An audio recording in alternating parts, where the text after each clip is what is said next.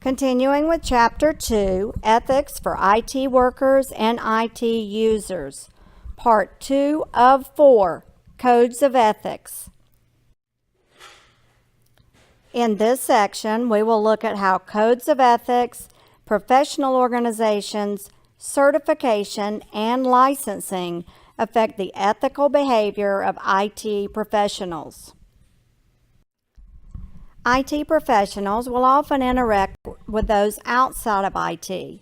You will need to talk with finance people about money you need for infrastructure, the marketing people about how to roll out the newest version of the software, and the operations people the best way to deliver the products ordered by customers.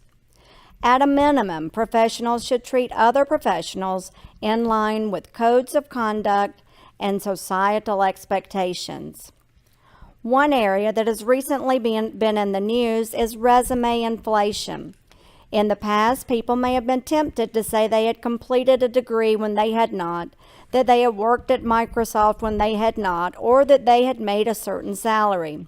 Now it's difficult to pretend to be something that you're not, even if you didn't intend to inflate your abilities.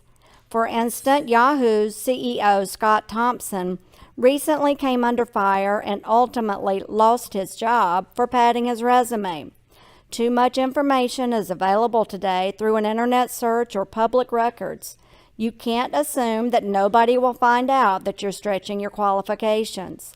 Somebody will remember going to school with you or remember working with you, and they will share what they know. The internet provides us with ready access to information at the touch of our fingers, but it also makes available information to those who want us to fail. It's a double-edged sword. And you can't use a George O'Leary excuse. O'Leary coached the Georgia Tech football team with much success. O'Leary was offered the head football coach at Notre Dame, and he accepted, resigning his position at Georgia Tech. Then it became public that his resume stated that he had a master's degree when he had only completed a portion of the degree. He lost the position at Notre Dame and had already quit the job at Georgia Tech. He said that it was a mistake on his part and Notre Dame had been sent a copy of his resume from a database by an administrative assistant. However, since it was his resume, it was his responsibility, and he took a big hit in reputation and salary. He bounced back, but he's never achieved at his peak since then. This YouTube video talks about the Yahoo CEO padding his resume. In addition to personal and professional codes of ethics, many organizations publish and adhere to their own code of ethics. Codes of ethics define what the organization hopes to become, their vision for the future. For instance, here at KSU, we often talk about sister schools and aspirational schools when undergoing accreditation review. Sister schools are similar to us with the same type of campus, students, faculty members, etc. Aspirational schools may have lower teacher-to-student ratios, or they may have higher faculty research productivity. They aren't so high that it's unlikely to be achieved, e.g. it wouldn't make sense to compare us to a medical school since it's unlikely we would ever become that. But it might make sense to compare to a school of similar size with a similar growth pattern, but a school that's further along the path to success than we are. Codes of ethics specify the rules and regulations that members of the organization must follow and also give a commitment to professional development. In IT, the professional development is essential or you'll be a COBOL programmer in a C# world. Codes of ethics do have positive outcomes for you, the profession, and society as a whole. The codes outline how you will make decisions and how you will behave in ethically challenging situations. When an organization adheres to its own codes of ethics, for instance, when a product is recalled at no charge to the customer, then the public may have a positive perception of the company even if the product had to be returned, for that full refund, of course.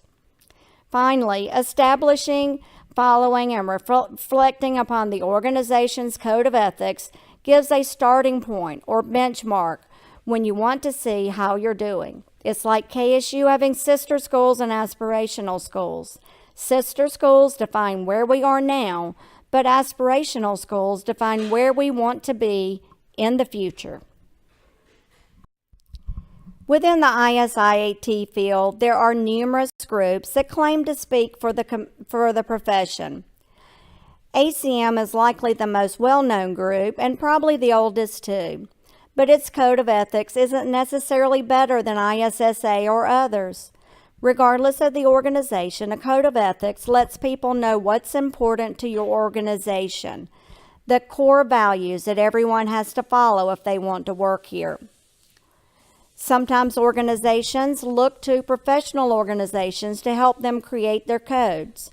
Most codes of ethics will say that an IT professional should contribute to society, avoid harming others, be honest, be fair and don't discriminate, honor intellectual property rights, including patents and trade secrets, giving proper credit to ideas taken from others, respect customer, employee, and employer privacy, and keep information confidential when you say you will do that. Virtually all codes of ethics adhere to these guidelines, and some go farther, specifically noting what you can and cannot do.